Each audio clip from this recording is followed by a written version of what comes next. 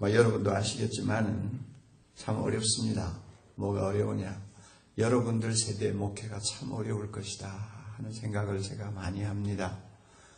저는 아날로그 시대를 주로 살았기 때문에 그런 대로 통하는 것이 있었고, 또 어떻게 보면 평신도들이 순종도 하고 또 순진한 데도 있었고, 가르치면 가르치는 대로 듣고, 또 마음에 불만이 있어도 노골적으로 표현을 안 하고 참고, 나름대로 어떤 룰이 있었어요.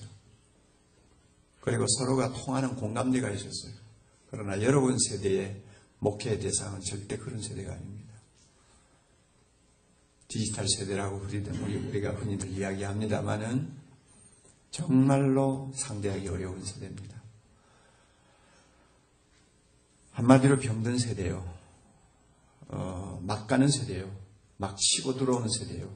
앞뒤도 없고 선후배도 없고 권위도 없고 모든 것을 다 파괴하는 세대입니다. 이미 여러분이 인터넷을 통해서 교회 안에서도 그런 일을 많이 경험할 거예요. 이런 세대, 병든 세대를 여러분이 이제 책임을 져야 되는 마당에 있습니다. 게다가 저를 포함해서 지금 여러분의 선배되는 목사들이 여러분에게 참 너무 무거운 짐을 지워주고 물러가게 되지 않나 하는 생각을 합니다. 오늘의 교회가 얼마나 세속화되었다는 것을 여러분이 아시잖아요. 특별히 목회자 세대가 얼마나 타락했다는 거 여러분 아시잖아요. 그것을 여러분이 보고 개탄하지 않으면 여러분은 지도자 될 자격이 없어요. 너무나 의식이, 가치관이, 또 양심이 잘못된 지도자들이 교회 안에서 큰 소리를 치고 행세를 하다 보니까 참으로 기독교의 본질이 퇴색되는 어려움을 겪고 있습니다. 이러다 보니 너무나 많은 문제를 다음 세대에게 떠넘기는 결과가 되는 거예요. 마치 오늘날 정치를 잘못하니까 다음 세대가 앞으로 이 조그마한 한반도에서 우리 후손들이 어떻게 살까 생각하면 눈앞이 캄캄해지는 것과 똑같아요. 잘해도 될까 말까인데 이렇게 엉망을 치는데 후손들이 어떻게 이 무거운 짐을 대를 물려받고 감당을 할 수 있을까? 우리는 그걸 생각하거든요. 교회도 마찬가지예요. 우리를 위해서 우리 앞에 있는 선배들은 굉장한 역할을 해주었습니다. 순교의 피도 많이 흘렸습니다. 거룩하게 살려고 몸부림쳤습니다. 때거리가 없으면 뒷동산에 올라가서 하나님 한 끼 굶으면서 주의 일을 하게 된 것을 영광으로 생각합니다 하고 찬송 부르면서 미친 것처럼 하나님을 찬양하는 그런 선배들이었어요. 교회 사이즈 가지고 주눅 들지 않았고 정말로 하나님이 명하시면 어디든지 가겠다고 하는 뜨거운 열정과 소명감을 가지고 살다가 간 위대한 선배들. 그렇기 때문에 그들은 일제 탄압에서 살아남을 수 있고 한국교회의 자존심을 살렸고 6.25 사변을 통해서 끔찍한 민족적 수란을 겪을 때 그들은 가만히 깔아놓고 기도하면서 한국교회를 지켰고 그 다음에 한국교회 부흥을 가져오는 불씨가 되고 한국교회를 일으키는 주역이 되었습니다. 우리 선배들이 그랬어요. 그러나 그 후에 이제 근대화와 함께 한국교회 부흥을 맛보면서 지금까지 30년 이상 한국교회를 책임지고 걸어온 저의 세대는 불행하게도 여러분에게 어떤 모범된 모습을 보여주지를 못하고 있는 것 같습니다. 오히려 더 많은 문제와 짐을 여러분에게 남겨놓고 물러가야 되는 상황이에요. 뭘 보고 하느냐? 지금 한국교회 재구실을 합니까? 여러분 그걸 여러분이 아셔야 돼요. 사회에 대해서 재구실합니까? 가정에서 재구실합니까?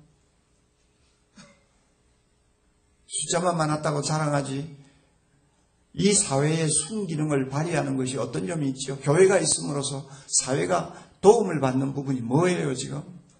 여러분이 한번 냉정하게 생각해 보세요. 오히려 한미준에서 조사한 조사 데이터를 보니까 한국갤럽에서 조사를 했죠. 우리가 다 돈을 내가지고 조사를 했는데 안 믿는 사람 가운데서 지금 종교가 없는 한 20% 되는 우리 국민들 가운데서 다음에 종교를 택하면 어느 종교를 택하겠습니까? 하고 물었을 때 제일 많은 사람이 불교고 그 다음에 천주교고 기독교는 너무너무 적은 숫자가 기독교를 택하겠다고 이야기했습니다. 이유가 뭐예요? 이미 교회가 교회의 생명력을 잃어버린 거예요. 짠맛을 잃었어요.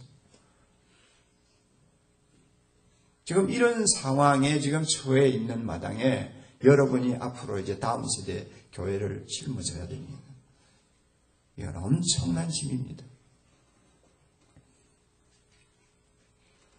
이런 마당에 이 신학교에서 교육받고 이 신학교에서 여러분이 하나님의 손에 다듬어지는 자리에 있으니까 철저하게 주님의 손에 다듬어져서 하나님이 하시고자 하는 일에 언제든지 여러분을 부르실 수 있도록 준비된 사역자 되기를 바랍니다. 그래서 한국교회가 여러분 때문에 소망을 갖는 내일이 있기를 바랍니다. 그리고 한국교회가 새로워지기를 바랍니다. 이 사회도 소망이 없습니다. 정치에도 소망이 없습니다. 경제에도 소망이 없고 문화에도 소망이 없어요. 오직 교회만이 다음 세대의 이 나라의 소망이라고 저는 믿습니다. 그러면 교회만 제대로 서면 이 나라 바로 섭니다. 교회를 통해서 사람들이 예수님을 만나 거듭나는 역사가 계속 이어지고 성결교회 교단이 여러분 항상 앞세우는 거룩한 삶으로 모든 사람들이 초대받아서 그 거룩한 삶이 갖는 능력을 발휘하게 되면 이 한국 사회도 살아나고 국가도 살아난다고 저는 믿습니다. 이 일을 누가 할 거냐? 여러분이 하십니다. 위기가 없으면 인물이 태어나지 않습니다. 그러므로 지금의 위기, 내일의 위기는 여러분들이 하나님의 손에 얼마나 크게 쓰임 받을 수 있을 것인가를 가늠할 수 있는 좋은 기회라고 저는 생각합니다. 이런 면에서 여러분에게 하나님의 놀라운 은혜가 있기를 바랍니다. 저는 한 3시간 이용해서 평소에 제가 늘 중요하다고 생각하는 부분에 대해서 좀 말씀을 드리려고 합니다. 지금 1986년부터 시작된 저의 평신도를 깨운다 지도자 제자훈련 세미나 거쳐간 분이 이제 10,000명을 넘어섰는데 그 세미나 때 주로 제가 많이 하는 이야기들 중에서 좀 꼭 여러분에게 전하고 싶다 하는 내용을 한 3시간을 통해서 말씀을 드리려고 합니다. 왜냐하면 여러분들은 이제 앞으로 졸업하고 목회하고 해가지고 저하고 또 세미나에서 만날 기회가 있을지 없을지도 모르는 사람들이기 때문에 이런 기회를 통해서 제가 말씀드리는 것이 좋을 것 같다 생각을 합니다. 저는 그 신학교 다닐 때만 해도 목회는 저렇게 하면 되는구나 하는 생각 가지고 신학교 다녔어요. 선배들이 하는 거 보고 나도 저렇게 하면 저게 되겠구나. 저게 목회다. 그러니까 선배들이 보여준 그대로 나도 어떻게 하면 잘할까. 이것이 고민이었지. 선배들이 보여준 목회가 정말로 성경이 이야기하는 목회의 본질이냐 아니냐를 고민을 한 일이 없어요. 또 그런 면을 가지고 고민을 해야 될 어떤 자극이 없었고요. 그래서 어떻게 보면 신학교는 우물 안에 갇혀있는 그런 기간이라고 해도 과언이 아닙니다. 그래서 교수들이 가르쳐주고 또 주변에 있는 훌륭한 목회자들이 보여주는 그 모든 어떤 틀 속에서 목회를 생각하게 됩니다. 그리고 내가 앞으로 목회를 이렇게 해야 되겠다 하는 생각을 합니다. 물론 여러분 가운데는 신학교를 졸업하고 목회길을 나서지 않을 분들도 들어있을 것입니다. 그러나 기본은 목회입니다.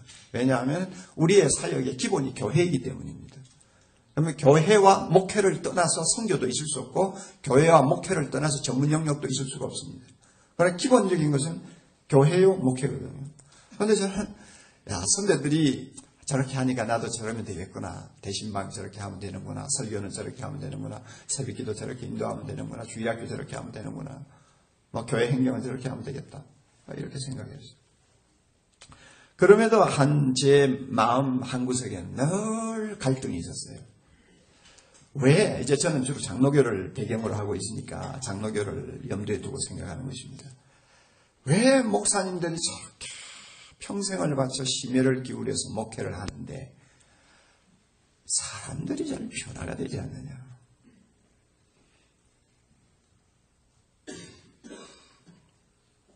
왜 교회 안에 장로만 되고 안수집사만 되어도 그 신앙의 순수한 자세를 잃어버리고 나중에는 교회에 거치는 돌이 되느냐?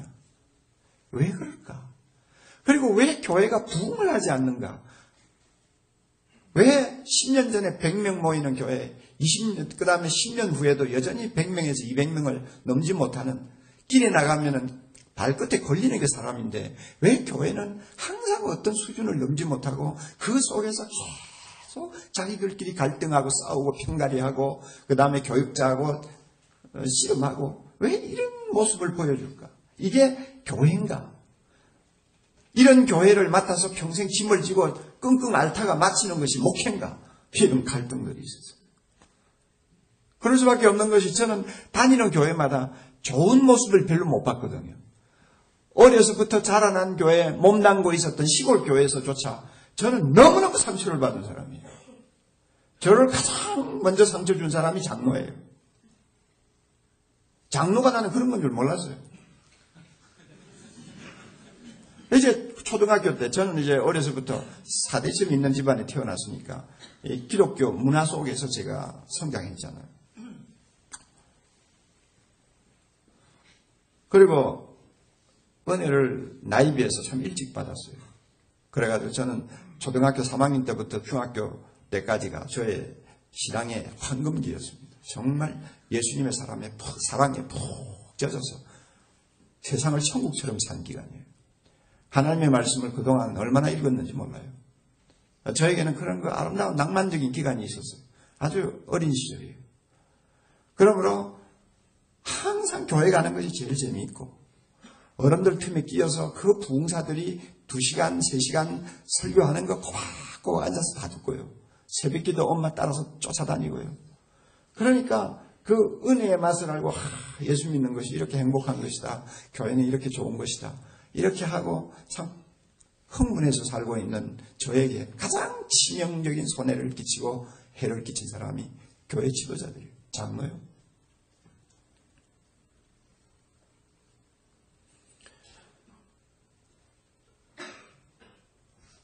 100명도 안 되는 그 시골교회 목사가 오면 3년을 못 버텨요. 그 장로년이 들지 않으면 3년이 아니에요. 1년 만에 쫓겨나가야 돼요. 한 번은 좋은 목사님이 오셨어요.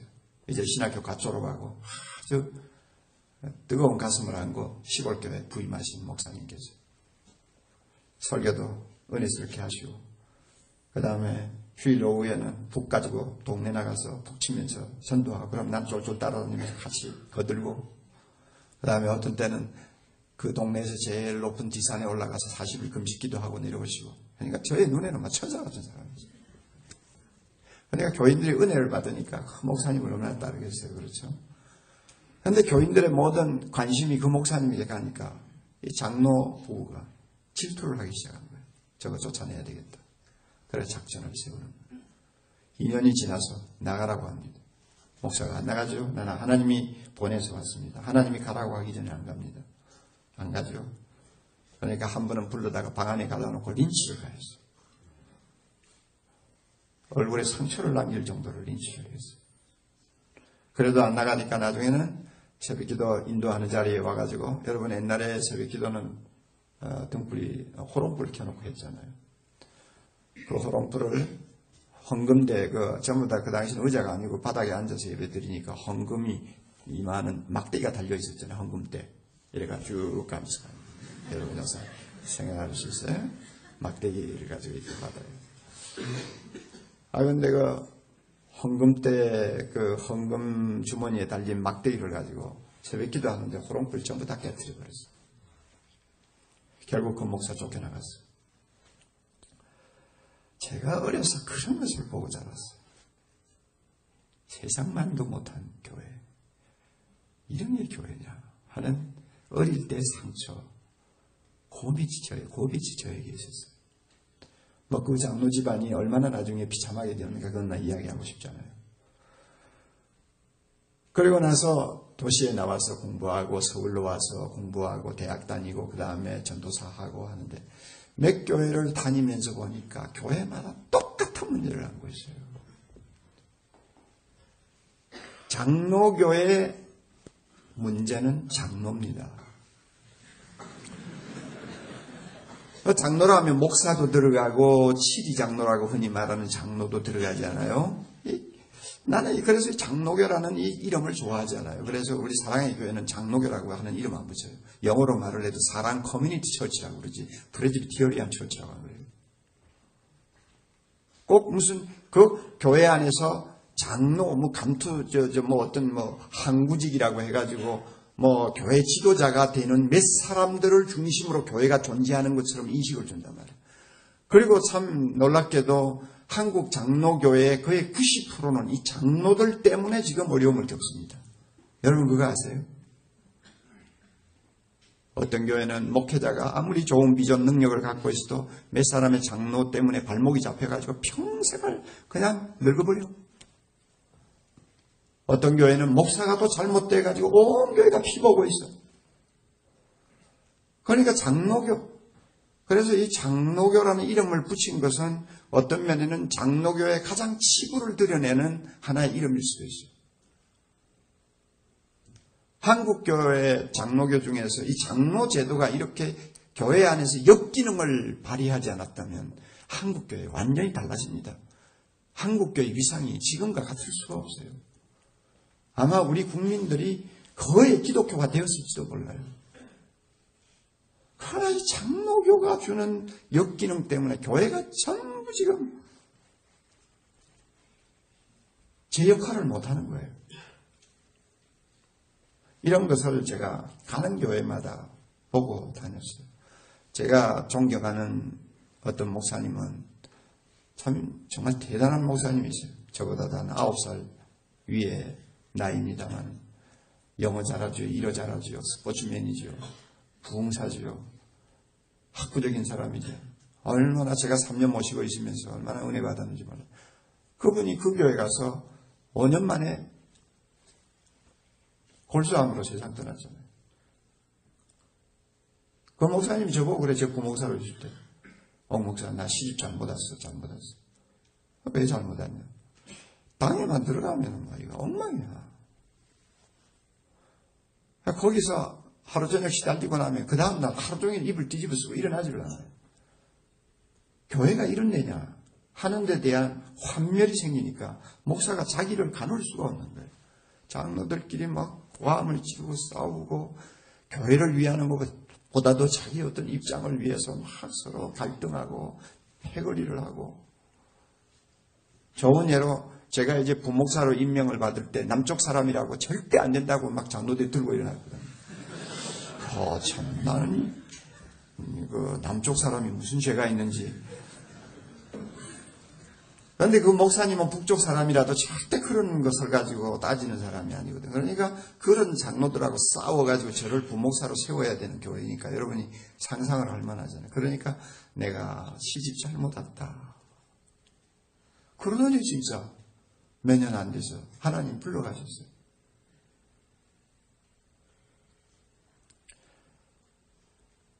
이렇게 오늘 어려운 상황에 놓여 있습니다.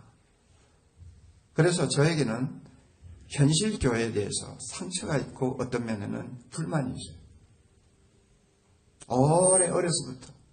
그래서 나도 목사 되고 싶어 된 사람 아니에요. 나는 도망다니다가 강제로 차출당한 사람이에요. 그러니까 저는 목사 안 한다고 그랬어요.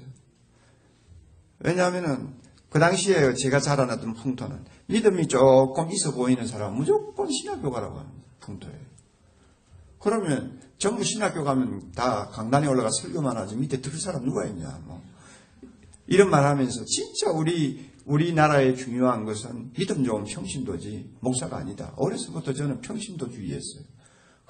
그래가지고 나는 평신도로서 어느 분야에서 일을 하든지 하나님께 영광 돌리기를 원하지 난 목사 되고 싶지 않다. 이래가 도망다니다가 강제로 끌려서 차출당해서 목사 되어가지고 지금 이제 30년이 넘게 사역을 해왔어요. 그러니까 이제 저에게는 한이 있죠. 내가 꼭 한 번 인생을 바쳐서 목회를 할 텐데 이상한 성격의 장로 몇 사람 때문에 내 평생 망치고 싶지 않다.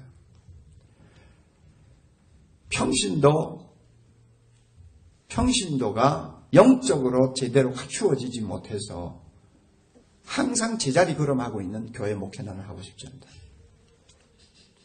정말 성경이 이야기하는 그 교회, 예루살렘 교회, 그 교회라고 흔히 말하죠. 우리에게 가장 아름다운 하나의 모델로 보여준 그 교회가 이 시대에도 가능하다는 것을 나의 목회 짧은 인생을 통해서 한번 보여줄 필요가 있다. 나는 그걸 위해 생명을 걸고 싶다 하는 생각을 늘 마음에 갖고 있었어요. 그러나 어떻게 해야 되는지, 어떻게 해야 그런 교회를 만들 수 있는지 저 자신이 전혀 알지를 못했어요. 그래서 선배들 중에서 존경이 가는 선배들이 하는 것을 보면서 나도 저렇게만 하면 될지 모르겠다 하는 막연한 생각을 하고 신학교를 사실은 졸업을 한 거예요. 그러나 하나님께서 저에게 부목사로 있으면서 대학생들을 지도할 수 있는 기회를 주셨어요. 한 명밖에 없는 대학부를 저에게 맡기셔서 제가 참 정말 위기를 경험한 때가 있었습니다. 여러분 지금부터 그러니까 30년 전에 한 32, 3년 전에는요. 우리 한국 교회 이 통계 수치가 그래도 거품이 없었어요. 그 당시만 해도 교회 지도자들이 양심적이었습니다. 주보마다 주일 낮 시간에 몇 명 모였다, 저녁 시간에 몇 명 모였다, 주일학교 몇 명 다 주보에 나오잖아요. 거기에 거품이 들어갈 수가 없죠. 제가 부목사로 있던 교회는 한 700명, 800명 장년이 출석하는 교회였는데 언제부터인지는 모르지만은 대학부 난에는 꼭 한 명이라고 이렇게 적혀 있었어요. 그 당시만 해도 한국교회에 양심이 있었어요. 지금은 안 그러죠. 제일 믿을 수 없는 통계가 교회 통계죠. 그리고 제일 교회 통계를 제일 안 믿는 사람이 목사죠. 네.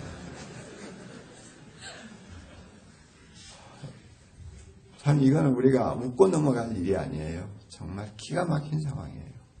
중증이에요, 중증. 그리고 그것을 타다면 뭐라고 하는 줄 알아요? 이거는 믿음의 수치지. 예. 그대로 믿으면 하나님이 주신다고 믿고, 예. 그런 식이에요. 그러니까 25평 아파트 살면서 나는 50평 산다고 떠버리는 사람하고 똑같은 거예요. 가치관이나 수준이. 목사들의 세계가 그렇게 돼버렸어요. 난 누구를 향해 돌질하고 싶잖아요. 우리 목사의 세계가 지금 그렇게 돼 있다 그 이야기예요. 그런데 그 당시에는 그러지를 않았어요. 그래서 양심이 살아있었어요. 그래, 한 명. 그 대학부를 담임 목사님이 저에게 맡길 때 저는 위기의식을 느꼈습니다. 이제 신학교 졸업하는 마당인데 어떻게 합니까? 어떻게 할 도리가 없죠. 한 명이라는 사람 찾아가 보니까 고대 다니는 학생인데 회장이더라고요. 그러니까 회장은 떠날 수가 없는 거예요. 어쩔 도리가 없잖아요. 가만히 보니까 이 사람 데리고 대학부 하다가는 나도 똑같이 되겠다 싶어서 이제 차버리고요. 이제 1학년 들어간 이제 신입생을 붙들고 내하고 대학부 좀 하자 이러면서 참 구걸을 하기 시작했는데요. 여러분이 방성기 박사라고 하면 아는 분은 알 거예요. 그 직장 선교에 지금 일하고 있죠. 콜롬비아 대학에서 교육학 박사 받은 친구입니다. 그 친구가 서울공대 다니면서 이제 1학년이었는데 저를 도왔어요. 그리고 내비게이터에 가가지고 이제 내비게이터에서 가르치는 여러 가지를 이제 배우면서 자료를 저에게 갖다 줬어요. 그러면서 제가 제자훈련에 눈을 뜨기 시작했습니다. 제자훈련에 눈을 뜨기 시작하면서 왜냐하면 지푸라기라도 잡고 싶은데 이 대학부를 살리기 위해서 지푸라기라도 잡고 싶은데 왜 페라처치 미니스트리에는 젊은이들이 계속 몰리고 거기서는 변화가 일어나고 거기에서는 젊은이들의 눈이 반짝반짝거리고 어떻게 거기에서는 젊은이들의 가슴 속에 놀라운 비전이 있느냐. 그런데 기성교회 대학부는 왜 전부 다 죽은 송장처럼 힘이 없고 생기가 없고 자기들끼리 싸우고 날마다 앉으면 임원회나 하고 교회 돈이나 뜯어가지고 행사나 하려고 하고 왜 이런 애들 그래서 왜 자꾸 젊은 애들이 고등부만 졸업하면 대학 들어가면서 교회를 빠져나갔냐. 나에게는 큰 숙제지요. 이유가 뭐예요? 페라처치 미니스트리 가보면 그 지도자들 신통한 사람들 아니에요. 신학교 문턱도 못 간 사람들이 대부분이에요. 그럼에도 불구하고 어떻게 그 젊은이들의 마음에 그렇게 뜨거운 열정을 불러일으킬 수 있는 능력이 있느냐고 말이에요. 뭐냐 비결이. 난 거기에 관심이 있었어요. 그들에게서 배울 수 있는 것이 있으면 나도 배우고 싶다. 그러나 내 체면에 거기 가서 내비게이터에 들어가서 가입을 해가지고 그들하고 같이 앉아서 배울 수는 없고, 명색이 그래 신학교 졸업을 한 사람인데, 그러니까 이제 밑에 있는 꼬봉을 시켜가지고 배우게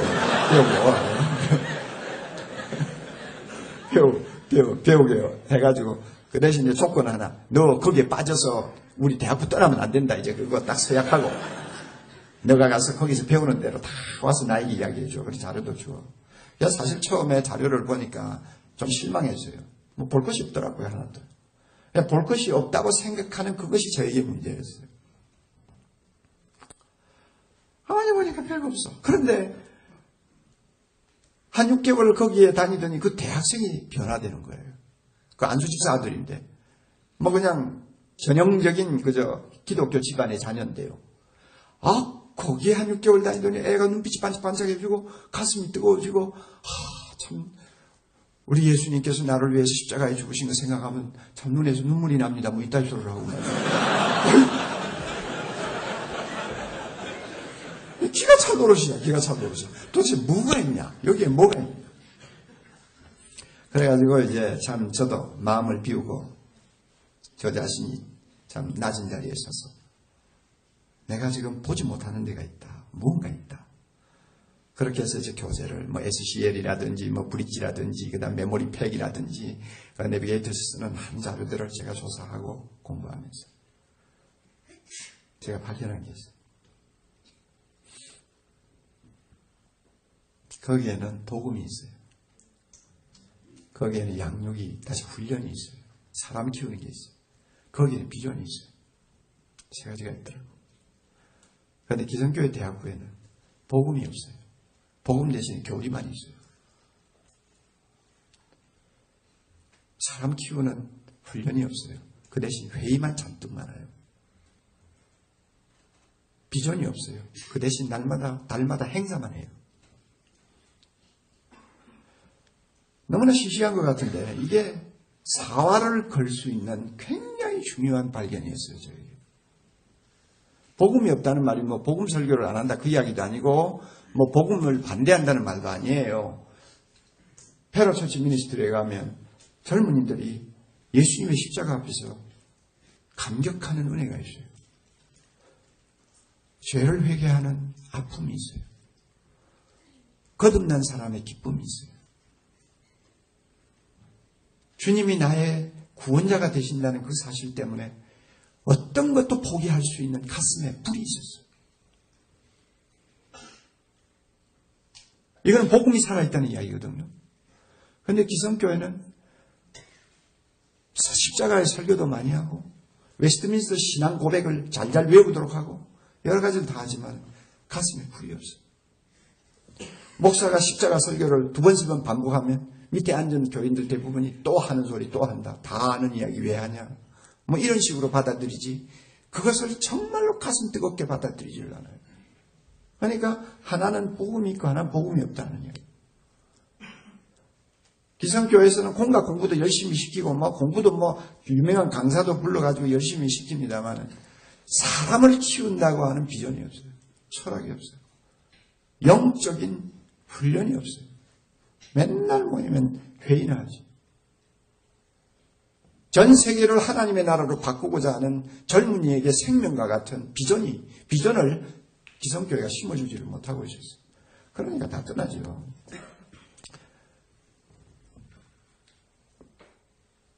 그래서 기성대학부에서 제일 큰 비전은 회장되는 거예요. 기가 막힌 거예요. 기가 막힌 거. 그래서 제가 이제 저 자신부터 이제 옷을 갈아입기를 시작했습니다. 대학생 처음에는 한 7, 8명, 나중에는 한 12명 데리고 제자훈련 시작했어요. 나 잘 모르지만 나도 해보자. 그리고 방성기 학생에게 내가 잘못하면 가르쳐 주어. 어떤 점에서 부족한지 언제든지 수시로 이야기해라. 그리고 우리 같이 한번 해보자. 그래가지고 제자훈련을 시작했습니다. 제자훈련하면서 저 자신이 딴 사람이 됐어요. 제자훈련하면서 저와 함께 1년 반 실험한 젊은이들이 딴 사람이 되어버렸어요. 우리는 공휴일이 없었습니다. 하루 쉬는 날이면 함께 산으로 가서 같이 기도하고 같이 말씀 나누고 교제하고, 여름과 겨울에 일주일씩 시간 내가지고 기도원에 가서 5년 동안 제가 대학생 지도하면서 10번을 제가 특별 집회를 인도했고 학생들과 실험했어요.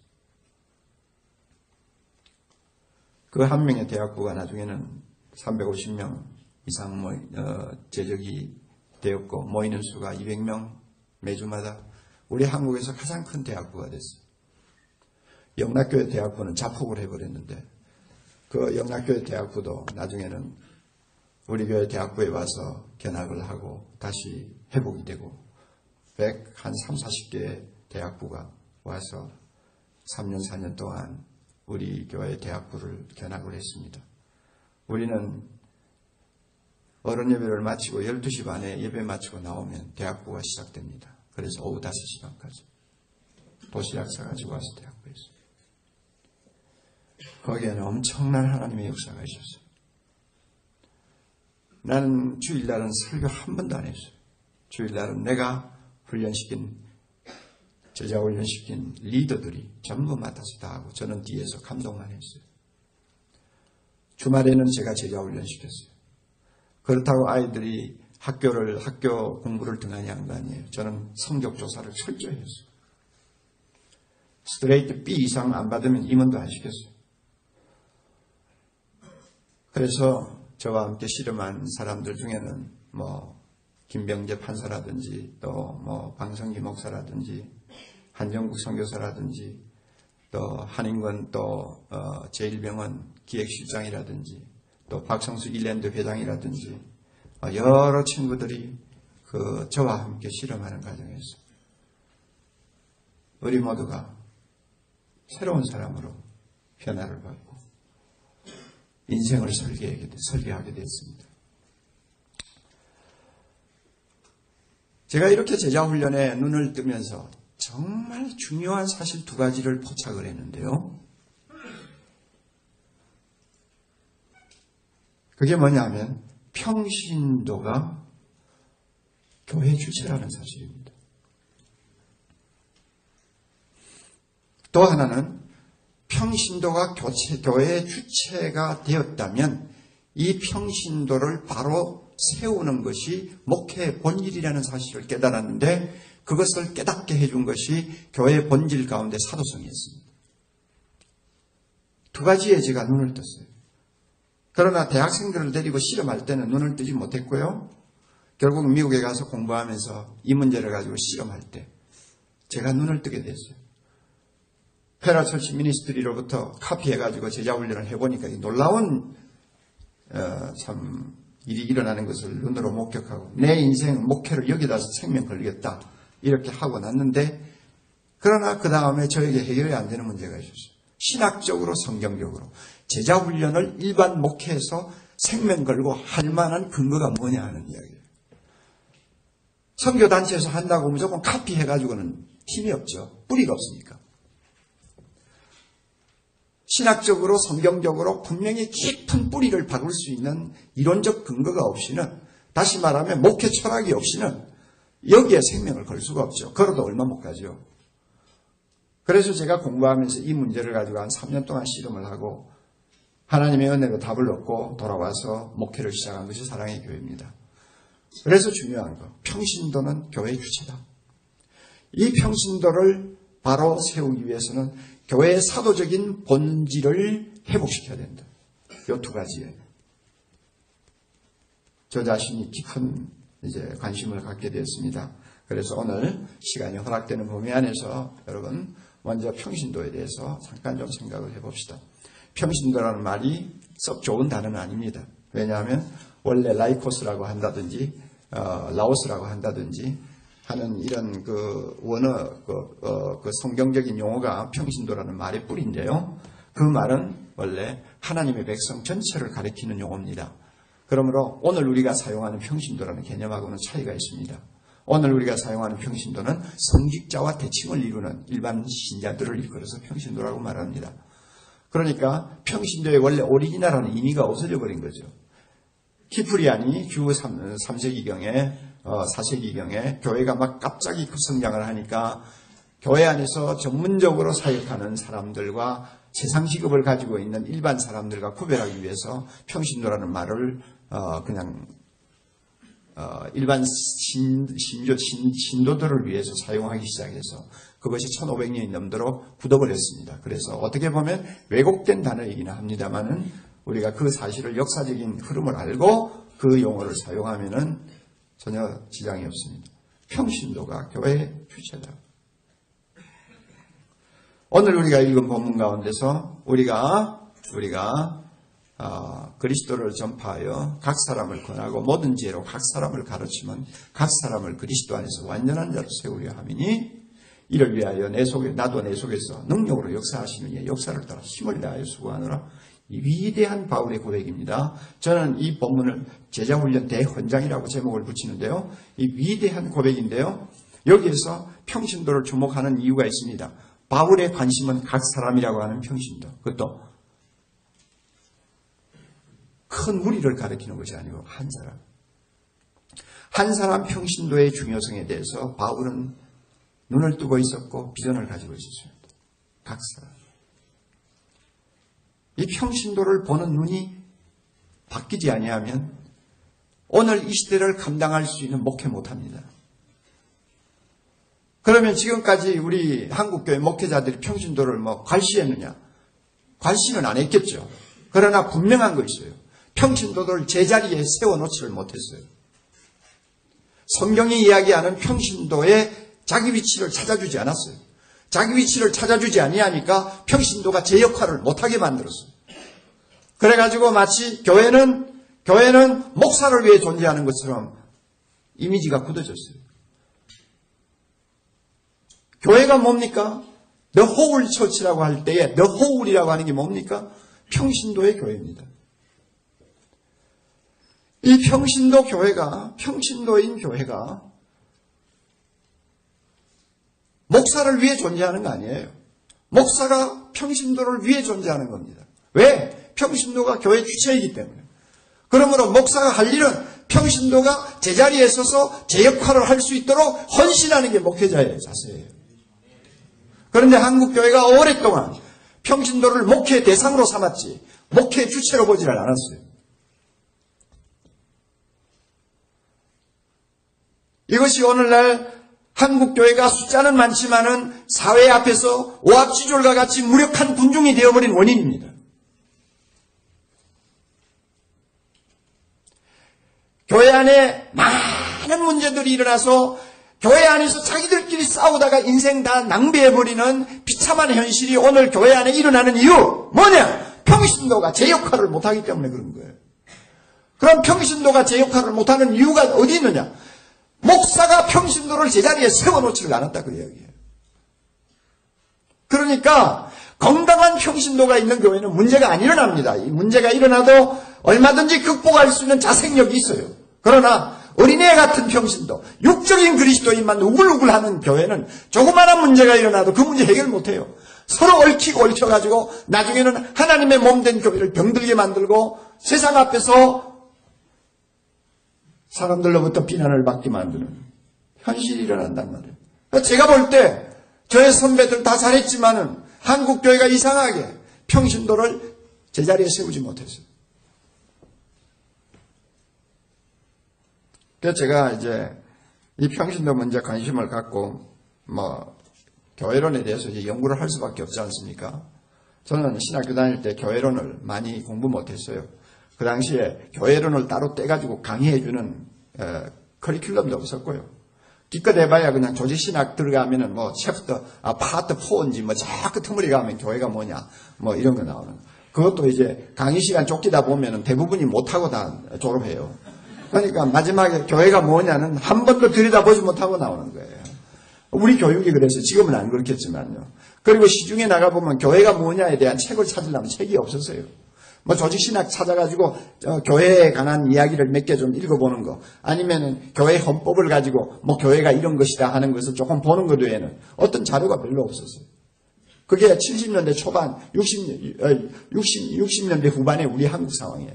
그리고 제가 나중에 보니까 80년대 초반에도 교회론에 대한 어떤 자료들이 거의 없었어요. 찾을 수가 없어요.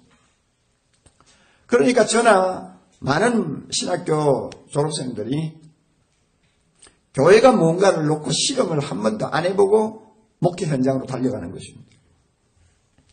그러니까 젊은이들이 가정이 뭐냐, 부부생활이 뭐냐를 가지고 고민하고 연구하지 않고 시집장가 가는 거나 똑같은 거예요.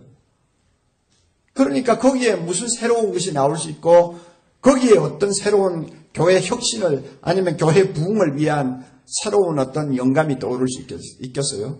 연구를 안 하는데. 여러분은 어떠세요? 그래서 저는 이제 신학교 졸업하고 5년이 지난 후 미국 유학 가가지고 비로소 3년 동안 이제 제자 훈련을 위한 신학적인 근거를 마련하기 위해서 교회가 뭐냐를 가지고 실험을 하기 시작했습니다.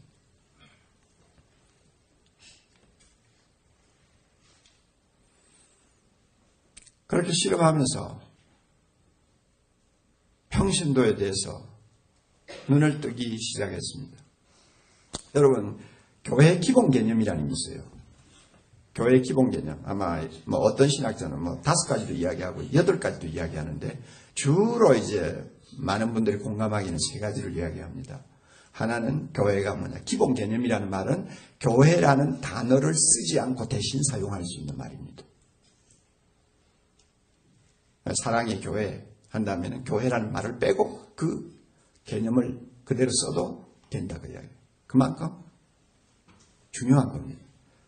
첫째가 택자의 모임이라는 게 교회의 기본 개념이죠. 또 하나는 성령의 전이라고 하는 거죠. 그 다음에 하나 여러분이 잘 아는 대로 그리스도의 몸이라고 하는 거죠. 이 3가지. 굉장히 중요한 기본 개념이에요. 그러므로 교회라는 말을 쓰지 말고 그리스도의 몸이라고 해도 통하는 거예요. 이만큼 중요해요. 그러면 이 교회의 기본 개념을 하나하나 뜯어보면서 제가 놀란 것은 교역자와 평신도 사이에 차이가 하나도 없다는 거예요. 나는 뭐 교역자는 상당한 어떤 차별성이 있는 줄 알았어요. 날마다 뭐 특별 소명 받았다고 떠들고 뭐 이러니까, 그리고 머리 안수 받았다고 그러고 뭐 이러니까, 그리고 거기다 가운까지 입혀놓으면 거룩하게 보이잖아요. 그러니까 이 특별한 존재인 줄 알았어요, 나는요. 그래가지고 신학교 졸업할 때만 해도 이거 목사가 되면 뭐 그래도 나 나름대로 자존심을 가지고 일하겠다 뭐 이런 생각을 했는데, 이게 진짜 이 교회론을 공부하면서 교회의 기본 개념을 파고 들어가니까 그게 아니더라고요. 여러분들이 앞으로 연구해 보세요. 자, 보세요. 택자의 모임이라는 것은 고린도전서 1장 2절을 근거로 해서 하는 이제 그 교회 개념입니다. 고린도전서 1장 2절에 이런 말씀 있잖아요. 그리스도 예수 안에서 거룩하여지고 성도라 부르심을 입은 자들, 이때 거룩하여지고 성도라고 부르심을 입은 자들, 이 말은 세상으로부터 구별되었다는 의미에서의 거룩입니다. 그러니까 택자죠. 도덕적으로 막 완전하다는 이야기가 아니에요. 죄를 하나도 범하지 않았다는 말이 아니에요. 하나님이 구별하셔서 거룩하게 만들었다는 거예요. 그러니까 이 성도라는 이름을 가진 사람들은 세상으로부터 하나님이 자기 소유로 만들어 자기를 위해서 영광을 받으시려고 사용하시기 위해 구별을 했기 때문에 거룩한 거예요. 그래서 택자가 된 거예요. 똑같은 향로라도 제사장이 특별히 구별해서 성전에 갖다 놓으면 그건 거룩한 향로가 되잖아요. 마찬가지예요. 교회가 뭡니까? 세상으로부터 하나님이 구별해낸 택함을 받은 독특한 존재입니다. 이게 교회입니다. 그러면 이렇게 세상으로부터 부름을 받고 택함을 받은 특별한 존재인데, 택함을 받았다는 점에서 교역자와 평신도의 차이가 있습니까?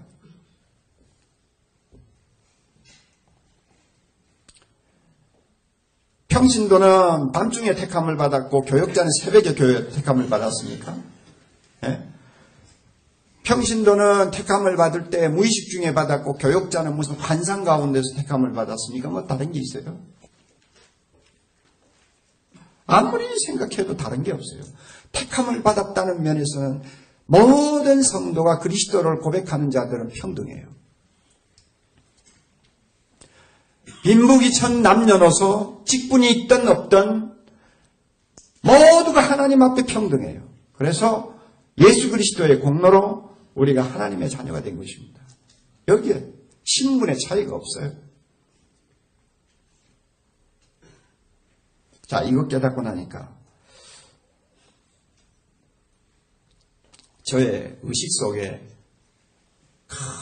큰 변화가 일어나는 거예요. 평신도를 보는 눈이 달라지기 시작하는 거죠. 저는 목사하고 평신도하고 분명히 다르다고 생각했어요. 왜냐하면 제가 자라난 배경이 그래요. 저는 고신파였거든요. 목사는 특별히 거룩한 사람처럼 특별히 기름 부음 받았다. 기가 아프도록 기름 부음 받았다. 그 기름이 뭔지는 모르지만 하여튼 기름 부음 받았다. 하여튼 그리고 그렇잖아요, 여러분. 그래서 목사는 거룩하기 때문에 세상 직업을 가질 수가 없다. 그래서 처자가 성미를 갖다 주지 않아서 굶고 앉아 있어도요, 그냥 가만히 있는 거예요. 그 남자가 나가서 좀, 너네 가서 일 좀 해주고 좀 돈 좀 벌어오면 어때요? 아무것도 못하게 만드는 거예요. 이런 식으로 이상하게 특별히 구별된 사람으로 인식을 시키는 분위기에서 자랐기 때문에 더 그런 것 같아요. 물론 여러분 오해를 하지 마세요. 목사의 권위는 직분의 권위지 신분의 권위가 아닙니다. 그것은 따로 여러분이 연구하셔야 돼요. 안수가 주는 특별한 의미가 있어요. 그러나 그것은 평신도와 신분의 차이를 나타내는 어떤 권위가 아니에요. 직분과 기능의 권위예요. 그런데 마치 많은 목회자들이 이런 안수받고 목사 되었다는 것을 신분의 어떤 차이로 인식을 해가지고 교인들에게 열등감을 심어주고 자기는 높아지고 이래가지고 교회마다 가보세요. 내 말이 거짓말인가. 제가 볼 때는 뭔가 잘못돼도 한참 잘못된 거예요. 우리가 택함을 받았다는 데 대해서 아무도 차별 대우 받을 만한 사람이 없습니다. 하나님 앞에 다 우리 평등합니다. 그리고 그리스도의 몸이라고 하는 그 기본 개념을 놓고 우리가 보아도요. 그 그리스도의 몸이라고 하는 개념이 어디 있습니까? 우리는 고린도전서 12장 13절이 가장 대표적인 것인데 우리가 유대인이나 헬라인이나 또 종이나 자유자나 다 한 성령으로 세례를 받아 무엇이 되었고 한 몸이 되었고. 잘 몰라요? 다시 한번. 우리가 유대인이나 헬라인이나 종이나 자유자나 다 한 성령으로 무엇을 받았어요? 세례를 받고 그 다음에 어떻게 됐나요? 한 몸이 되었다. 그래서 우리 모두가 예수 믿고 주님을 영접하면서 성령이 우리 안에 오셨잖아요. 우리 성령을 마셨죠. 성령 안에서 우리는 그리스도의 몸이 된 거예요. 이게 교회거든요. 몸이에요. 그래서 주님은 이 몸을 통해서 일하세요. 팔레스타인에 와서 3년 계실 때는 실제 자기가 입고 있던 육신의 몸을 가지고 일하셨지만 승천하신 다음에는 교회라고 하는 몸을 가지고 주님은 일하세요. 그러므로 교회가 병들면 몸이 병든 사람과 똑같아요. 아무것도 못해요. 주님이 아무리 하고 싶어도 못해요. 이러니까 교회를 책임진 사람이 잘못해가지고 교회를 병들게 한다더니 교회를 잘못된 길로 끌고 가면 나중에 그가 받아야 될 심판이 얼마나 대단할까 생각하면 소름 끼쳐요. 아세요?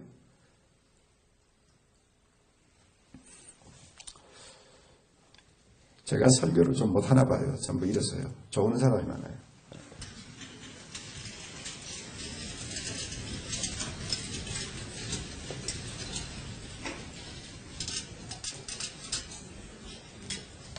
어떤 목사님이 재미있는 이야기를 했어. 요사이 이 신세대, 디지털 세대의 특징이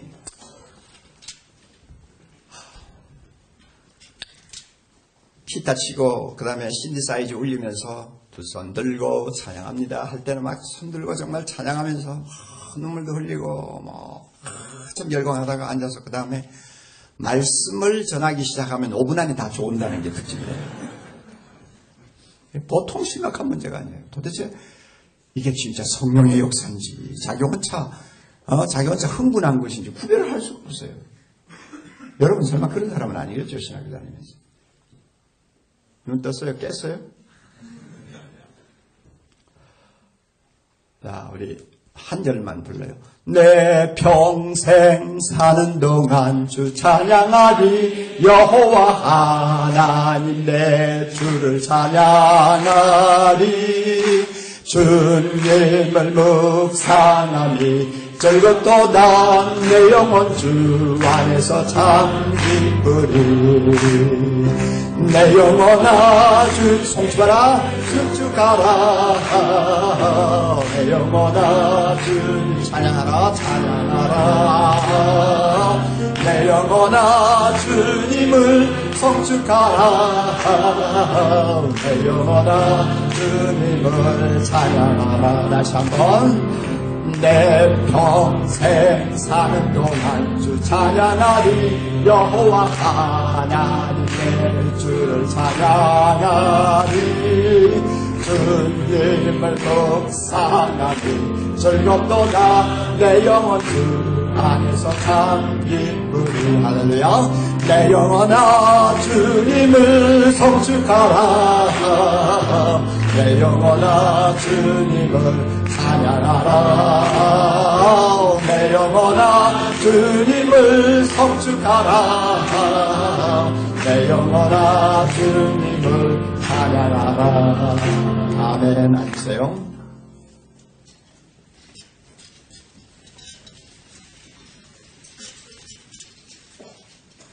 우리가 예수 그리스도의 몸입니다. 그래서 우리 각자는 그 몸을 구성하고 있는 지체입니다.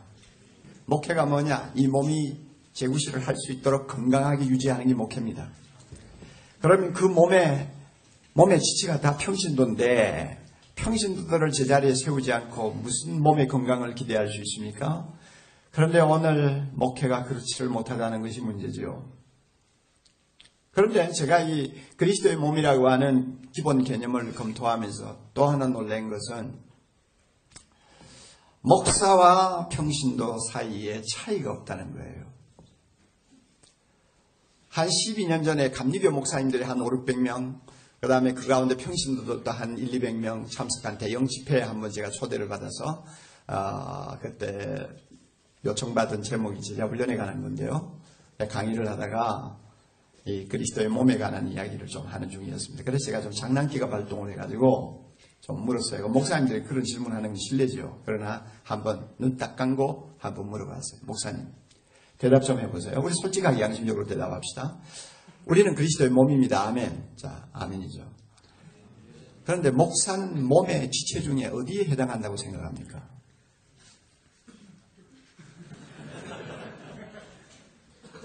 모두가 고개를 푹 숙이고 싱긋이 웃고 있어요. 대답을 안 하더라고요. 참 애매모호하거든요. 그래서 저도 가만히 있었죠. 뭐 좀 기다리는데 어떤 용감한 평신도 하나가 손을 번쩍 들고 목사님은 목입니다! 이러더라고요. 뭐라고요? 목요, 목! 내기래요. 모두가 깔깔 웃었죠. 그래, 참 재밌는 이야기인데 왜 목이라고 생각하십니까? 그랬더니 머리 바로 밑에 붙었지 않았습니까? 그래도 높다는 거죠. 그리고 머리와 몸 사이를 이어주는 아주 중요한 역할을 한대요. 듣고 보니까 또 그럴듯하더라고요. 그래서 제가 그랬죠. 집사님 대답은 맞기도 하고 틀리기도 하고 그래요. 목사가 지체 중에 하나예요. 그러나 꼭 목이라고 대답하는 것은 틀릴 수도 있어요. 목사가 굉장히 중요한 지체인 것 같아요. 그러나 무엇이 중요한 지체라고 할 수 있는지 그것도 우리가 한두 마디로 말하기가 어려워요. 왜냐하면 바울이 말한 대로 우리 눈에 보이지 않는 지체, 지극히 작아 보이는 지체, 하찮아 보이는 지체가 더 아름답고 더 귀하다고 하는 것처럼 몸 속에서 진짜 무엇이 중요한지, 어느 지체가 정말 중요한지, 허파만 중요한지 아니다. 우리가 그거 잘 알잖아요. 잘 알잖아요. 제가 그 공부하면서 교회를 주말에 이제 봉사를 좀 했는데, 교포교회 조그마한 교회죠. 한국에서 의과대학을 졸업하고 미국에 와가지고 참 피눈물 나는 노력을 해서 전문의를 따가지고 중소도시에 이제 개업을 해서 나름대로 성공을 하고, 그래서 돈도 많이 벌어가지고 큰 현대식 양옥을 지어서 이제 30대 중반 정도밖에 안 되는 젊은 의사가 좀 땅땅거리고 사는 그런 가정이에요. 부인은 한국 대법원 판사 딸이고요. 그런데 부인은 교회를 나와요. 남편은 안 나와요. 부인이 하루는 저에게 와가지고 우리 남편 전도 좀 해주세요. 아이고, 그분이 기독교에 대해서 굉장히 비판적이라고 들었는데 제가 가서 무슨 전도를 합니까? 그랬더니 아니에요. 전도할 수 있는 기회가 있어요.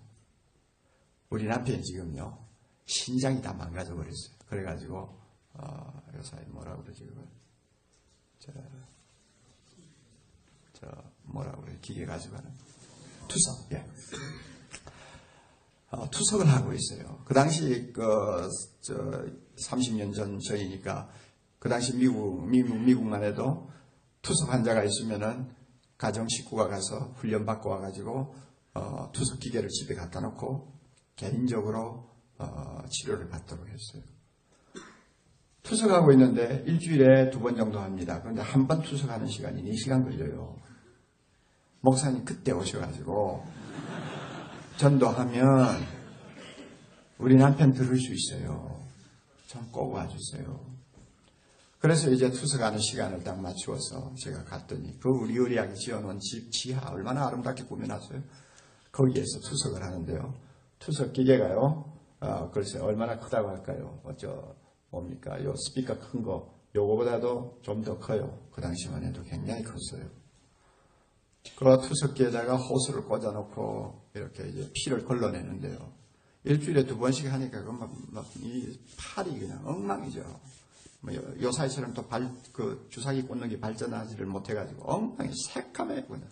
이러고 앉았는 거예요, 4시간. 그러니까 이게 참 어떻게 젊은 나이에 견디겠어요. 제가 가서 전도를 열심히 했는데 결국 딱지 맞았죠. 딱지를 맞았는데 그냥 이유는 간단해요. 내가 무슨 죄가 있다고 하나님이 살아계신다면 이런 지독한 병에 걸리게 합니까? 내보다 더 악한 사람 얼마든지 있는데 나는 하나님을 믿을 수가 없습니다. 딱 이 말 하더라고요. 그런데 제가 거기에 가서 크게 깨달은 거 있어요. 나는 콩팥이 어디에 붙었는지도 모르고 살았어요.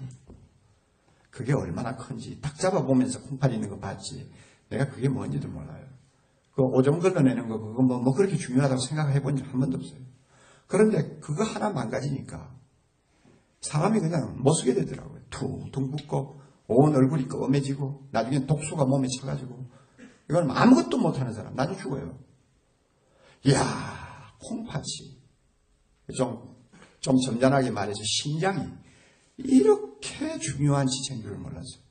나는 심장이나 중요하고 허파만 중요해 간이나 중요한 줄 알았지 저 아래쪽에 붙어있는 이게 뭐가 대단한 건지 내가 그렇게 몰랐는데 그걸 보고 바울이 말한 말씀이 맞구나.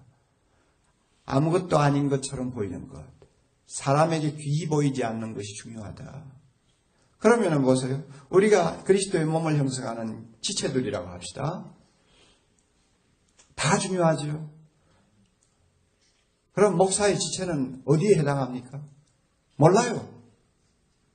분명한 것은 몸을 세우기 위해서, 몸의 생명을 위해서, 몸의 건강을 위해서 꼭 필요한 한 부분을 목사는 책임지고 있다는 거. 그거 하나밖에 대답할 수가 없어요.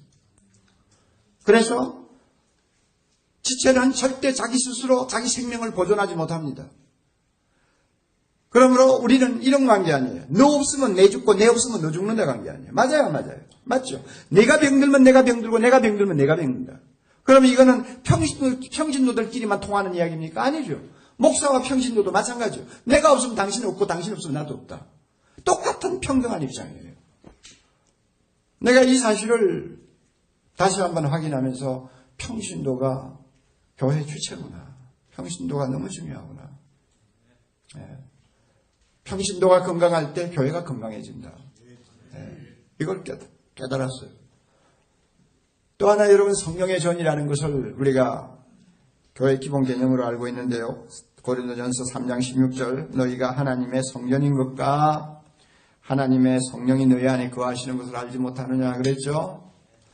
우리는 성령 모시고 삽니다. 그런데 성령을 우리가 모시고 있는 저 성령의 전이라는 점에서 목사와 평신도가 구별이 됩니까? 목사는 성령을 2배, 3배로 모시고 있고 평신도는 1배로 모시고 있습니까? 아니면 목사가 모시고 있는 성령은 특별히 뜨겁고 평신도가 모시고 있는 성령은 좀 덜 뜨겁습니까?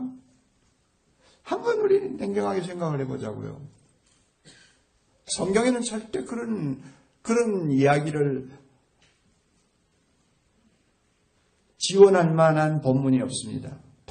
똑같이 우리 모두 성령을 받았습니다. 성령을 모시고 삽니다. 성령이 우리 안에서 하나님의 나라가 이루어지도록 은혜 주시고 계십니다. 이런 면에서 강단에 선 사람이나 밑에 앉은 사람이나 똑같다고 말이에요. 모두가 성령 안에서 평등해요. 직분에 따라서 하나님이 특별히 능력 주시는 경우들이 있습니다만 그거는 따로 생각을 해야지. 그것은 직분을 위해서 헌신하라고 하나님이 준비시켜주는 딴 문제지. 그걸 가지고 평신도와 나와 무슨 신분의 차이가 있는 것처럼 계급의 차이가 있는 것처럼 거드름을 피우면 그거는 죄 짓는 거죠. 똑같아요.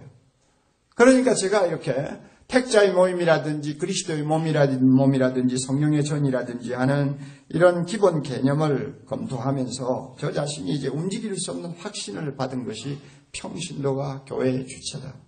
나와 평신도 사이에 아무런 차이가 없다. 똑같다.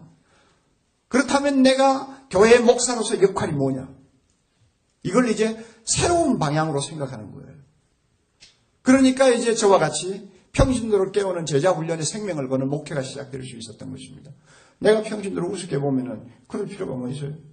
그럴 필요가 없죠. 쉽게 목회하는 방법 얼마든지 있는데. 강대상 위에서 정말 성도들을 감동시킬 수 있는 명설교 몇 편만 해도 교인들을 딱 손이 잡히잖아요. 그래가지고 끌고 가도 되는데 뭐 때문에 평신도를 놓고 씨름을 합니까? 그러나 저로서는 그렇게 안 할 수가 없는 것이 이 평신도가 제자리에 서고 평신도가 건강함으로써 하나님의 교회가 교회다울 수 있고 하나님께서 교회를 통하여 그리스도의 몸이니 교회를 통하여 자기의 영원하신 뜻을 성취시킬 수 있다는 것을 확신했기 때문에 내가 이 평신도를 위해서 헌신하는 사람이지 평신도 위에 군림하는 사람이 아니라는 것을 깨달은 거예요. 이렇게 중요한 사실을 놓고도 오늘 많은 목회자들이 이 사실에 대해서 거부 반응을 갖고 있습니다. 그래서 어떤 교회는 가면은 교역자는 제사장이고 당신들은 레이집합니다 하고 가르치는 사람이 있습니다. 그래서 자꾸 이 평신도하고 자기하고 어떤 차이가 있는 것처럼 해서 평신도들로 하여금 영적으로 노예를 삼으려고 하는 좋지 못한 생각을 가진 사람들이 있어요. 신학교 교육이 제대로 안 된 사람일수록 이런 경향이 더 많아요.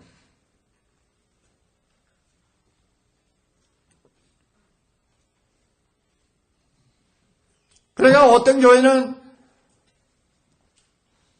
항상 한국에서 새 차가 나오면 아니면 외제차가 좋은 게 들어오면 목사님이 먼저 타야 된다는 것이 불문율이 되어 있어요.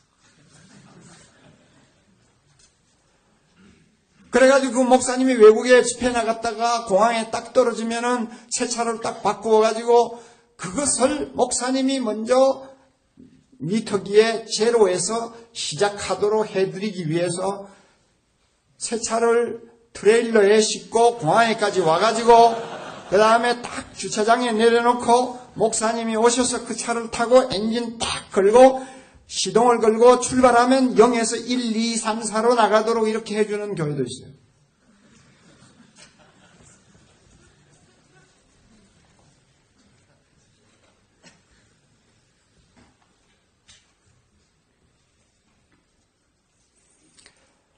여러분 웃고 있죠?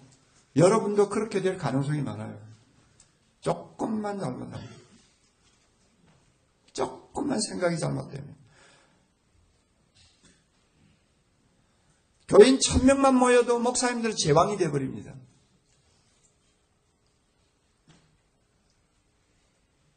이게 얼마나 심각한 상황인지 알아요? 그러니까 내가 세미나 때 목사님들 보고 우리 평신도가 교회 주인입니다. 이 평신도 한 사람을 위해서 생명 거세요. 바울도 각 사람을 위해 생명 걸었어요. 바울이 우리에게 보여준 목회 원형이에요. 수십 명이 아니에요. 수백 명이 아니에요. 골로새 전체 복음화가 아니에요. 한 사람이에요. 한 영혼을 위해 생명 건다. 이것이 목회자의 양심이에요. 이만큼 평신도가 중요해요. 여기에 눈을 뜨고 목회를 시작하세요 하면은 어떤 목사 벌떡 일어나가지고 저는 목사님 말씀에 동의 못하겠습니다. 질문 시간 주지도 않았는데 혼자 벌떡 일어나가지고 뭐라고 하니 요즘처럼 평신도들이 콧대가 높은 시대가 또 있었습니까? 지금 교역자 알기를 참 정말로 이거 형편없이 아는데요. 목사님처럼 그렇게 자꾸 이야기하면요 목사들의 설 땅이 없어집니다. 저는 동의 못합니다. 그래서 제가 한마디 했죠. 목사님이 그렇게 목에 힘준다고 교인들이 목사님 존경합니까? 또 사랑의 교회에서 옥 목사가 목사는 평신도와 똑같고 평신도를 섬기기 위해서 존재하는 종이다 하는 개념을 가지고 평신도 하나하나를 제자리에 세우기에 씨름하는데 사랑의 교회에서 옥 목사 멸시하고 감시하는 사람 봤습니까? 하나님 나라의 권위는 섬기는 데서 나오는 것이지 다스리는 데서 나오는 거 아닙니다. 네. 목사님 잘못 생각하고 계세요.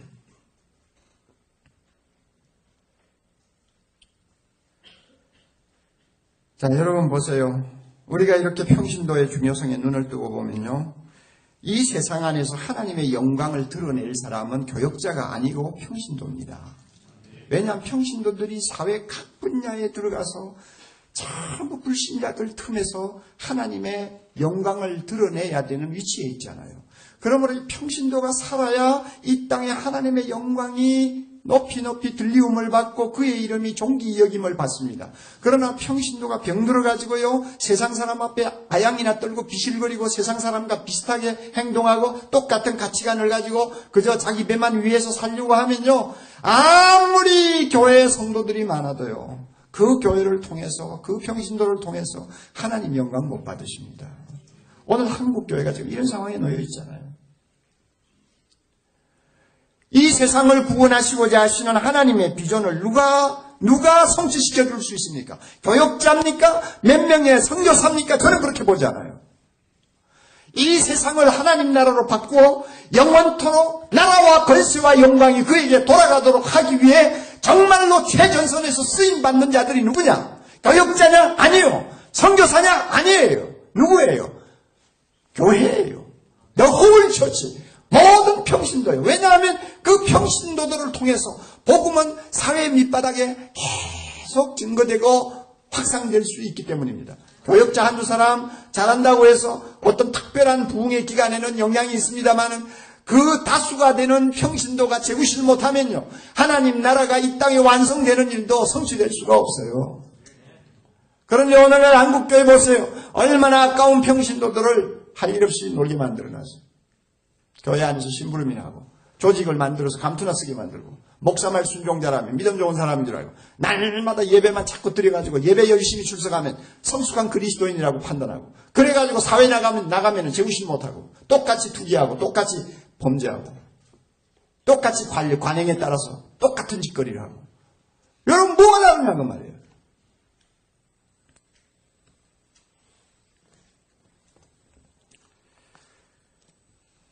특별히 평신도를 바로 보지 못하기 때문에 목사의 리더십이 크게 잘못됐어요.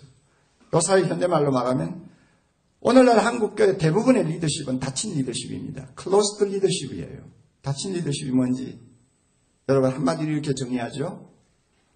나는 교인들을 위해서 무엇을 할 것인가 이거 생각하는 사람이 이게 닫힌 리더십이에요. For the laity. 교인을 위해서 내가 뭘 할 거냐. 맨날 자기 혼자 일할 생각이에요. 맨날 자기 혼자 일할 생각한다고. 그래서 교인들은 목회 대상이야. 항상 내가 떠먹여줘야 되고 내가 덩어리 두들겨줘야 되고 내가 그냥 보호해줘야 되고 항상 자기 혼자 그냥 일할 생각만 해서 for the laity. 교인을 위해서 내가 뭘 할 거냐. 이게 닫힌 리더십입니다. 이것은 평신도를 바로 보는 자세가 아니에요. 열린 리더십이 필요합니다. 오픈 리더십이 필요해요. 그건 뭐예요? with laity. 그러니까 나는 평신도와 함께 무엇을 할 것이냐. 이걸 생각하는 것이 열린 리더십입니다. 함께 생각하는 거예요. 왜냐하면 이런 평신도가 해야 되거든요. 교회 안에서나 교회 밖에서나 하나님의 나라를 이 땅에 확산시키기 위해서 진짜 뛰어야 될 전선의 군인들은 평신도거든요. 이 평신도가 제자리에 서면 평신도는 사역의 대상이라기보다는 사역의 동력자가 되는 것입니다. 동력자가 되어서 함께 뛰는 거예요. 함께 뛰는 거예요. 이것을 놓고 걱정하고 고민하고 몸부림치는 리더십이 열린 리더십입니다. 그러나 오늘 한국교회 보세요. 닫힌 리더십이 많아요? 열린 리더십이 많아요? 예?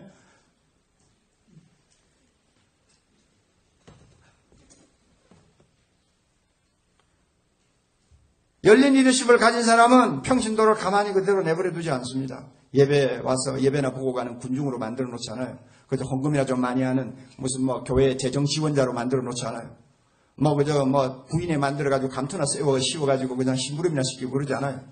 진짜 해야 될 일을 시키기 위해서 제자리에 세우고 그 일을 제대로 하기 위해서 필요한 훈련을 생명 걸고 시키고 그래서 함께 손잡고 뛸 수 있는 같이 뛸 수 있는 같이 헌신할 수 있는 같이 주님께 영광을 돌릴 수 있는 사람으로 만드는데 목회의 중심을 잡고 있어요. 이게 중요한 겁니다. 제가 지금까지 달려온 길이 목회의 길이 남다른 데가 있었다면 바로 이런 점이에요. 대부분의 목사님들은 오늘 몇 명 모였구나. 야 오늘 그래도 교인이 좀 늘었네. 이것으로 만족하고 예배 참 은혜스럽게 보고 돌아가면 할렐루야 합니다. 저는 그거 가지고 할렐루야 안 해요. 자, 예배 보고 돌아가는 이 성도들이 이제부터 전투가 시작되는데 이들이 세상에 나가면 정말로 영적 싸움을 싸워야 되고 작은 예수로서의 참 아름다운 모습을 보여줌으로 세상을 감동시켜야 되는데 그렇게 하려면 예배 가지고 안 되죠. 30분 설교 가지고 어떻게 합니까?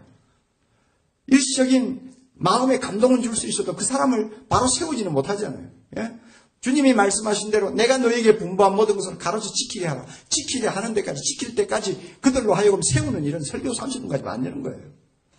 그러니까 예배 많이 모였다가 흩어지는 것 가지고 절대 만족할 수 없는 목회. 왜 그 목회가 가능하냐? 평신도를 보는 눈이 다르기 때문입니다. 그래서 목회자가 어떤 개념 하나를 놓고 어떻게 이해하고 생각하느냐에 따라서 목회는 180도 달라질 수가 있어요.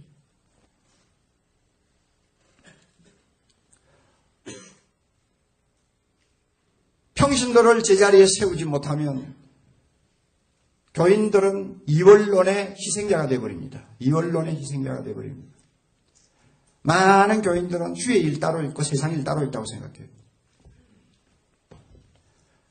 그래서 신학교 들어가고 목사가 되고 선교사가 되고 해서 참 교회 안에서 전적으로 봉사를 하는 사람은 주의 일을 하는 사람이고 하루 종일 직장에 가가지고 그저 증시 돌아가는 거 관찰하고 정보 수집해가지고 이 증시가 앞으로 어떻게 되겠느냐 하는 걸 분석하면서 밤샘을 하는 이런 일을 하는 사람은 세상 일을 하는 사람으로 생각을 합니다.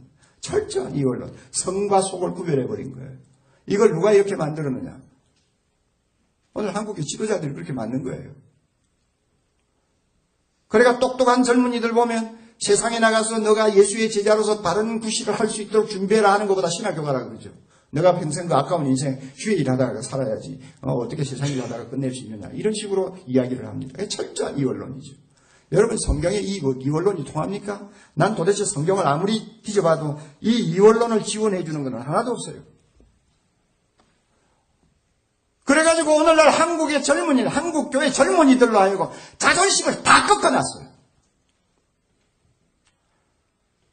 페라처치 미니스트리도 마찬가지예요. CCC, 내비게이터 전부 다 그동안 노력한 것만큼 이 사회에 영향을 끼치지 못한 이유가 뭐냐면 이원론 때문이에요.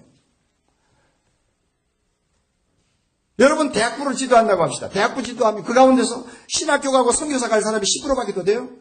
많은 데가 20% 아니겠어요? 나머지 80%는 다 사회생활 해야 되는 거예요. 이 사회생활할 사람들을 정말로 그리스도의 제자로서 사회생활을 소명 가지고 할 수 있도록 기도해 주는 것보다도 신학교 다니는 몇 사람 중심으로 대학부를 4년 동안 인도해요. 그래가지고 아무것도 준비 못하고 사회를 나가게 만들어요. 그리고 나머지 마음에는 내 친구는 선교사가 되어서 저렇게 보람있게 사는데 나는 이거 삼성에 와가지고 내 삼성에 죽으라고 이러나 이거 내가 왜 이렇게 사나. 그래가지고 어쩌다가 끌려서 술자리에 가서 앉으면 내가 이 짓을 어떻게 하고 사나. 나중에는 또 뭐 상관으로부터 욕 좀 얻어먹고 그 다음에 경쟁에서 좀 뒤떨어지는 것 같이 생각되면 내가 평생 이런 일을 하다가 주님 앞에 서면 부끄러워 어떻게 사냐. 에이 집을 치우자. 아이고 나이 30대니까 신학교 나가자. 이러고는 신학교 가냐. 전부 다 패배자를 만들어놨어요. 패배자를. 여러분 이게 정상입니까?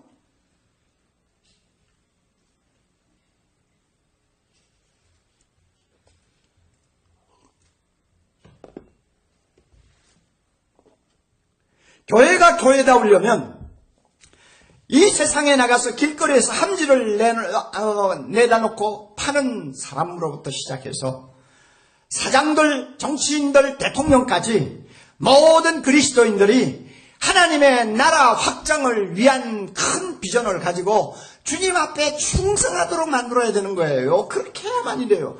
그리고 목사가 하는 일이나 내가 하는 일이나 똑같이 거룩한 일이다 하는 확신이 있도록 만들어놔야 돼요. 우리 어머니 저 농사 짓는 집안에서 날마다 주중에 그냥 논에 가서 일하고 밭에 가서 일하고 그런데도 새벽 기도를 안 빠지거든. 지금도 90이 다 되셨지만 저를 위해서 뭐 70년 가까이 새벽 기도를 하시는 분인데 제가 어릴 때 어머니 따라서 교회 새벽에 나가면 주로 하는 이야기가 주로 주일날 아침에 이런 기도를 하세요. 하나님 아버지 일주일 동안 쓸데없는 세상 일에 빠졌다가 이제 주일날 교회 나왔어요. 오늘 하루 주님을 위해서 예배드리고 봉사할 수 있게 해주시니 감사합니다. 한 주간 동안 세상 일에 너무 깊이 빠졌던 죄를 용서해 주옵소서.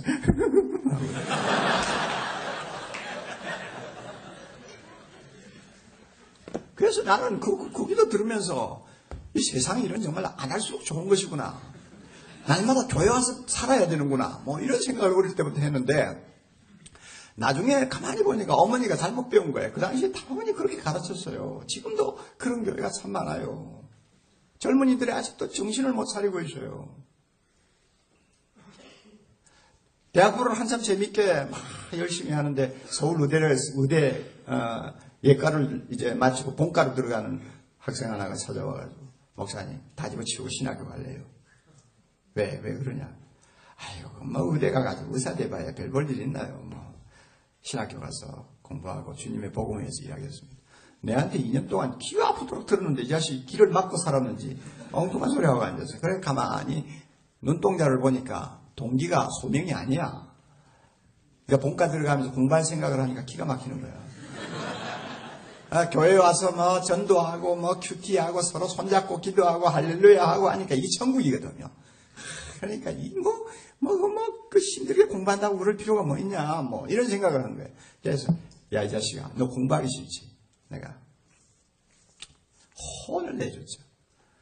자기가 자신이 없으면 내 말에 반박을 하고 나올 텐데 아무 말도 못하고 고개 숙이고 있어요. 그리고 가서는 이제 본과 졸업했죠. 제가 개척을 하고 경희대학에 가서 환자를 새벽에 돌아보는 시간인데 어떤 의사가 복도에 가운을 입고 오더라고요. 아마 야근을 했나 봐요. 몇 털 걸으면서 오더라고요. 난 누군지 모르고 지나가려고 하는데 목사님 그러더라고요. 보니까 그 학생이에요. 그 학생이 지금 레지던트 하고 있어요. 나를 보더니 주머니에 있는 청진기를 탁 끄집어 내가 흔들면서 목사님 누구 때문에 내가 이러는지 알아요 지금?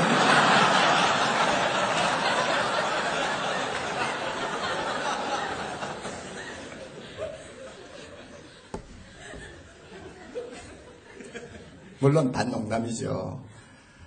지금은 아주 한 분야에서는 한국에서 아주 권위 있는 의사가 되었는데요. 제가 몇 년 전에 물었어요. 너 요즘도 비슷하니? 요즘도 청진기 흔들면서 괜히 이 길 왔다 하고 생각하니? 그랬더니 에이 목사님 제가 농담으로 그랬죠. 저는 목사님보다도 훨씬 일을 많이 합니다. 내가 목사 됐으면 절대 할 수 없는 일을 지금 하고 있어요. 목사님 그거 아세요? 내가 알지.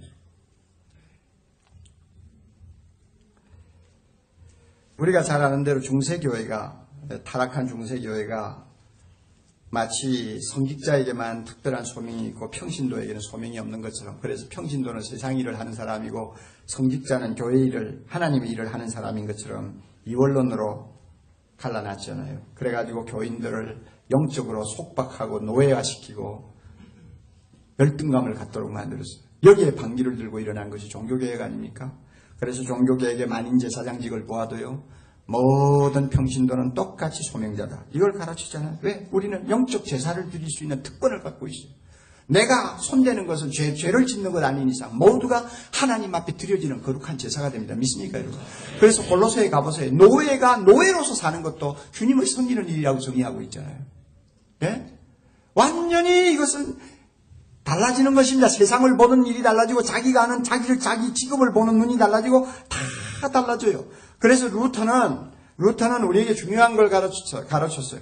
우리가 무엇을 하는지를 하나님은 중요하게 여기지 않고 하나님이 우리 안에서 우리를 통하여 무엇을 하는지를 중요하게 여기십니다. 다시 말하면 내가 어떤 직업을 갖고 있느냐를 중요하게 보는 것이 아니라 그 직업을 통해서 하나님이 무슨 일을 하시느냐가 중요하다 이거예요. 그러니까 직업에 빈부귀천이 없어지는 거예요. 이게 소명이거든요.